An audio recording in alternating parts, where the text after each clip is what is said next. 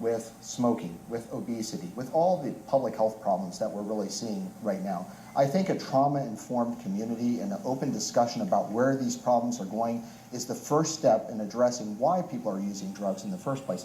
And Mr. President, you're absolutely right. What happens in those early years in reaching out to those families who we know are at risk and devoting the kind of resources that we would need to is really the first step, I think, in really truncating this, because if we don't, what we're going to be doing 25, 30 years from now is having the same discussion about why these kids are abusing drugs, obese, and so on and so forth. So I think that that's a really important part, and to have that sort of open discussion about that, because it happens in good families as well as in families who are disadvantaged. But I agree with you, it happens probably more often in families that are disadvantaged, and it perpetuates the cycle of poverty as well.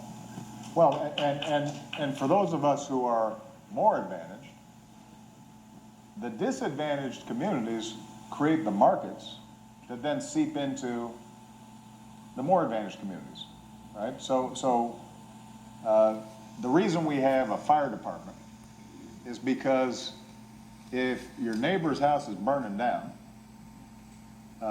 you don't want to just leave it to the neighbor to figure out whether or not he can afford to put out the fire. You have an interest in making sure that fire gets put out before it burns your house. Well, the same is true with drugs. You know, that child who's poor, you may think, well, I don't have to worry about that kid. It's not my kid. My kid's going to be okay. But if you start seeing more and more kids who are more and more involved in the drug trade, over time that migrates into every community. And that's part of the reason why we got to care about it, every kid out here, and make sure they're vulnerable.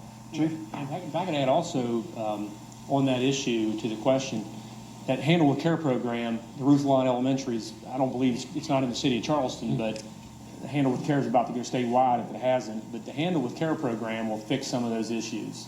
I know we're talking about addiction and maybe some others that are born with addiction. Well, the Handle with Care may not fix that, but it will at least alert the proper authorities that a child is struggling because of some trauma or substance abuse in the home. I think it was a really smart program. I got to tell you, before I came down, I hadn't heard about it, and I'd really like to see us advertise this more across the country and adopt this as a best practice. Really good work.